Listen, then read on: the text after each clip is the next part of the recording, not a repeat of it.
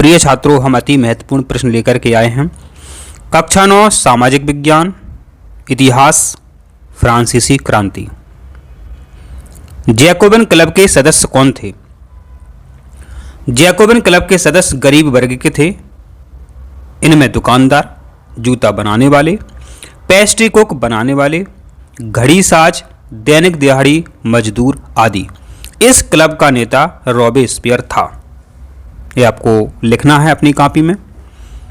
अगला प्रश्न आपको लिखना है कि फ्रांस में 14 जुलाई का क्या महत्व है। 14 जुलाई 1789 को फ्रांसीसी जनता ने बास्तील की जेल पर आक्रमण कर दिया। इस जेल को राजा के अत्याचार का प्रतीक माना जाता था। अंत में क्रांतिकारियों ने जेल के फाटक को तोड़कर बंदियों को मुक्त करा लिया।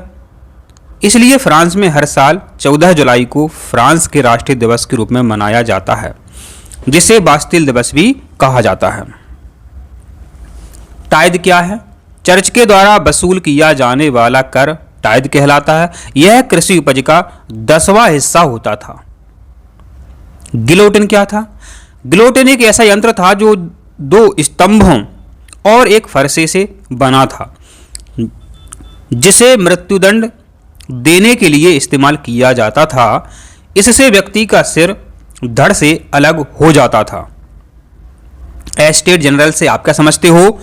यह एक राजनीतिक समिति थी जिसमें तीनों एस्टेटों के लोग अपने प्रतिनिधि भेजते थे। राजा जब भी नए कर लगाता था तो एस्टेट जनरल की सलाह से ही लगा सकता था और इसे बुलाने का अधिकार केवल राजा को ही था। किसे? एस्टेट जनरल को बुलाने का अधिकार राजा को ही था। फ्रांस की क्रांति ने विश्व को कौन कौन से 3 सिद्धांत दिए? 19वीं 20वीं सदी में फ्रांस की क्रांति ने दुनिया को निम्न 3 सिद्धांत दिए। स्वतंत्रता, समानता, बंधुत्व की भावना। स्वतंत्रता का विचार फ्रांसीसी क्रांति का मूल सिद्धांत था, जिसे विश्व के सभी लोकतांत्रिक देशों ने अपनाया। समानता, फ्रांस की क्रांति का यह सिद्धांत भी महत्वपूर्ण सिद्धांत था। विश्व के सभी लोकतांत्रिक देशों ने इसे भी अपनाया। सभी लोकतांत्रिक देशों के संविधान का यह मूल आधार है।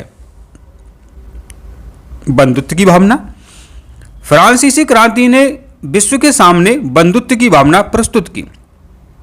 यदि जनता सामूहिक रूप से इसे माने व पालन करे तो देश का नवनिर्माण हो सकता है। आपका अगला अध्याय है यूरोप में समाजवाद एवं रूसी क्रांति। खूनी रविवार की घटना क्या थी? खूनी रविवार की घटना क्या थी? 22 जनवरी 1905 ईस्वी दिन रविवार को फादर गैपोन के नेतृत्व में रूसी क्रांतिकारियों ने एक जुलूस निकाला था। किसके नेतृत्व में? फादर गैपोन के नेतृत्व में। फादर को हम पादरी भी कहते हैं।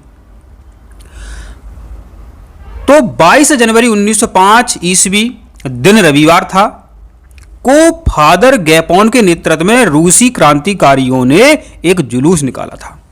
इस जुलूस पर जार के सैनिकों ने गोलियां चलाईं, जिसमें 100 से अधिक क्रांतिकारी मारे गए तथा 300 से ज्यादा लोग घायल हो गए। यहां पर आप ध्यान रखें, जो गलती होती है वो हम सुधारते जाते हैं।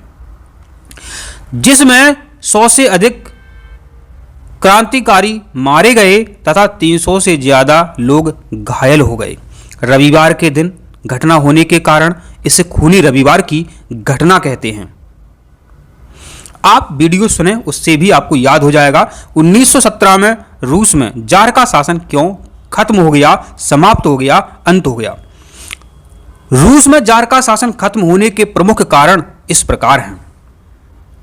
देखिए, 7 मार्च 1917 के दिन भूखे प्यासे और ठंड से कम कपाते निर्धन गरीब श्रमिकों ने पेट्रोग्राद की सड़कों पर जुलूस निकाला था और भूख लगने पर सड़क के किनारे बने होटलों में घुसकर भोजन किया तथा बाहर निकलकर रोटी के नारे लगाते हुए सड़क पर घूमने लगे।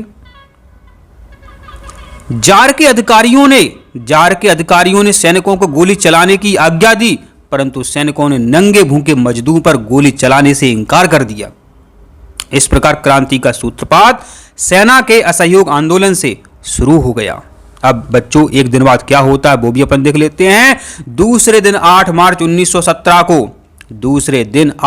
1917 को पेट्रोग्राद नगर के कारखानों में काम करने वाले लगभग 1 लाख श्रमिकों ने हड़ताल कर दी और नारा लगाया, रोटी दो, युद्ध बंद करो, अत्याचारी शासन का अंत हो।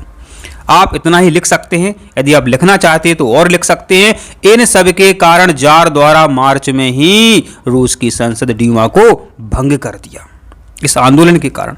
तथा जार के सैनिक मजदूरों और आंदोलनकारियों से जा मिले। 13 मार्च को रूस की राजधानी पर मजदूरों ने कब्जा भी कर लिया। 13 मार्च को रूस की राजधानी पर मजदूरों ने अधिकार कर लिया, जिसके कारण जार ने 15 मार्च को अपना सिंहासन त्याग दिया और इस प्रकार रूस में जार का शासन समाप्त हो गया, जार का शासन अंत हो गया। जैसी करनी वैसी भरनी, कर भला तो हो भला, ये आपको मानना चाहिए ये बात। बोल्शेविकों ने अक्टूबर क्रांति के बाद कौन कौन से प्रमुख परिवर्तन किए? बोल्शेविकों ने अक्टूबर क्रांति के बाद निम्न परिवर्तन किए। क्या परिवर्तन किए? बोल्शेविक निजी संपत्ति की व्यवस्था के खिलाफ थे, इसलिए ज्यादातर उद्योगों और बैंकों का 1917 में राष्ट्रीयकरण कर दिया, माने सरकारी बना दिए उद्योगों और बैंकों को। बोल्शेविकों ने जमीन को सामाजिक संपत्ति घोषित कर दिया और किसानों को सामंतों की जमीन पर कब्जा करने की खुली छूट दे दी। शहरों में बोल्शेविकों ने मकान मालिकों के लिए पर्याप्त हिस्सा छोड़कर उनके बड़े मकान के छोटे छोटे हिस्से कर दिए, ताकि बेघर जरूरतमंद लोगों को भी रहने के लिए जगह मिल जाए। क्या किया था? मतलब जो बड़े बड़े मकान मालिक थे, 50 कमरा हैं, लोग वे 4 हैं, तो उनके रहने के लिए जगह पर्याप्त छोड़ दी और बाकी जो कमरे थे गरीबों को दे दिए। बोल्शेविक पार्टी का नाम बदलकर रूसी कम्युनिस्ट पार्टी रख दिया। बोल्शेविकों ने नवंबर 1917 में संविधान सभा के लिए चुनाव कराए, लेकिन उन्हें इन चुनाव में सफलता नहीं मिली। रूसी क्रांति के 2 प्रभाव लिखिए। बोल्शेविकों ने उपनिवेश के लोगों को स्वतंत्रता के लिए युद्ध करने की प्रेरणा दी। पूंजीवादी तथा सामंती व्यवस्था का अंत हो गया। उदारवादी लोग कौन थे? यूरोप के ऐसे लोगों का समूह जो समाज में बदलाव की सोच रखता था, उदारवादी कहलाते थे, ऐसा लिख सकते हैं अपन। रेडिकल से क्या तात्पर्य है? रेडिकल, इन्हें आमूल परिवर्तनवादी भी कहा जाता है। इतना ही लिख सकते हैं, काफी है। लिखना चाहते तो और लिख सकते हैं। रेडिकल से क्या तात्पर्य है? इन्हें आमूल परिवर्तनवादी भी कहा जाता है। इन्हें क्या कहा जाता है? इन्हें आमूल परिवर्तनवादी भी कहा जाता है। रेडिकल समूह के लोग समाज में मौलिक परिवर्तन लाना चाहते थे। क्या लाना चाहते थे?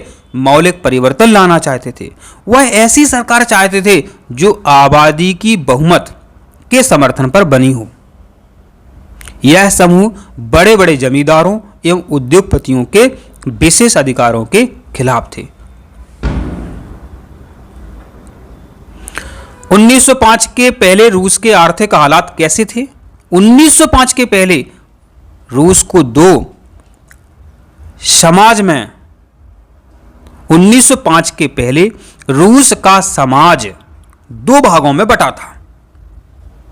एक वह समाज जिसके पास विशेष अधिकार थे और दूसरा वह समाज जिसके पास अधिकारों की कमी थी। अप्रैल थीसिस क्या है? बोल्शेविकों के नेता व्लादिमीर लेनिन ने अप्रैल में एक प्रस्ताव दिया था जिसे अप्रैल थीसिस कहते हैं। इनका मुख्य सुझाव था कि बैंकों का राष्ट्रीयकरण किया जाए। कम्यून क्या था? कम्यून माने कम्युनिटी। सुविचारित ढंग से एक साथ रहने वाले समुदाय को कम्यून कहा जाता है।